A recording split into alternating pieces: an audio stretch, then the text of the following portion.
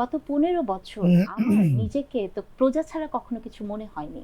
আমাকে মনে হয়েছে এই দেশটা একটি পরিবারের, একজনের বাবা এই দেশটা আমাদেরকে দিয়েছেন। কিছু নতুন জিনিস আমরা অনেক বছর পর এই দেশে দেখতে পেলাম। সেটা হচ্ছে অ্যাড্রেসিং এর একটা চেঞ্জ এসেছে। হ্যাঁ, উনি শিশুদের অ্যাড্রেস করলেন, উনি কিশোরীদের অ্যাড্রেস করলেন, তরুণ তরুণী বৃদ্ধ সবাইকে উনি ছাত্রছাত্রী। কারণ হচ্ছে যে এই সরকার প্রথমেই বলেছে যে ইনক্লুসিভনেস, না, যে ইনক্লুসিভনেসের একটা এক্সাম্পল এটা দিয়ে শুরু হয়েছে। এবং তারপরে উনি যে একটা শব্দ উনি বলেছেন যে আপনি এই দেশের মালিক। গত 15 বছর আমার নিজেকে তো প্রজা ছাড়া কখনো কিছু মনে হয়নি। আমাকে মনে হয়েছে এই দেশটা একটি পরিবারের, একজনের বাবা এই দেশটা আমাদেরকে দিয়েছেন। সো এই প্রথম আমি আজকে এক ধরনের তীব্র ভালো লাগার একটা অনুভূতি তৈরি হলো, যেখানে মনে হচ্ছে যে আমি আসলে এই দেশের মালিক। সো আপনি যদি গুমের কথা বলেন, উনি এখানে বলেছেন যে আমি সবাইকে উদাত্ত আহ্বান জানাচ্ছি, এই আহ্বানটা করতে চাই যে আপনার নির্দ্বিধায় বলেন।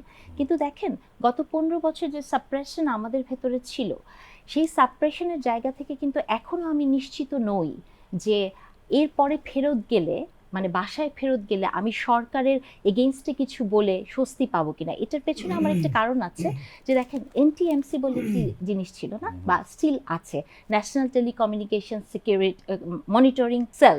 তো এই এনটিএমসিটা এটা কিন্তু স্টিল আছে, এবং পেগাসাস কিনা হয়েছিল। কিন্তু সরকারের পক্ষ থেকে কি এখন পর্যন্ত আপনি শুনতে পেরেছেন যে এটির ব্যবহার হচ্ছে না, বা আপনার ফোনে আমার ফোনে আড়ি পাতা হচ্ছে না?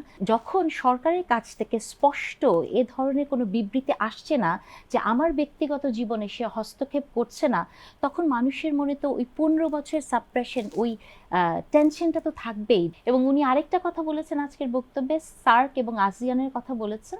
আমি মনে করি যে রোহিঙ্গা ইস্যুটাতে, যেটা ইন্দোনেশিয়া একটা কিন্তু মডেল ফলো করেছিল এই ধরনের মানে আপনার ক্রাইসিসে, যেটাকে বলে, হ্যাঁ, না এটা জাস্ট করেছে হচ্ছে যখন ওদের 2007 সালে একটা সুনামি হলো না, সুনামির পরে তো নরওয়েজিয়ান একটা মানে অর্গানাইজেশন এটা করেছে, এটাকে ট্র্যাক 2 ডিপ্লোম্যাসি বলে, যে বাংলাদেশে আসলে ট্র্যাক 1 ডিপ্লোম্যাসি দিয়ে রোহিঙ্গা সমস্যার সমাধানটা হচ্ছে না, কারণ চীনেরও ইন্টারেস্ট তেমন নাই, ইন্ডিয়ারও নাই, বিকজ অফ দ্য মায়ানমারের যে সিচুয়েশনটা, মায়ানমারকে তাদের দরকার। পতিত সরকার আসলে কি করেছিল, এরা বাইল্যাটারাল সম্পর্কে চলে গেছে পররাষ্ট্রনীতিতে, মানে দিল্লির সঙ্গে সম্পর্ক মাল্টি রিলেশন থেকে সরে গেছিল একদম।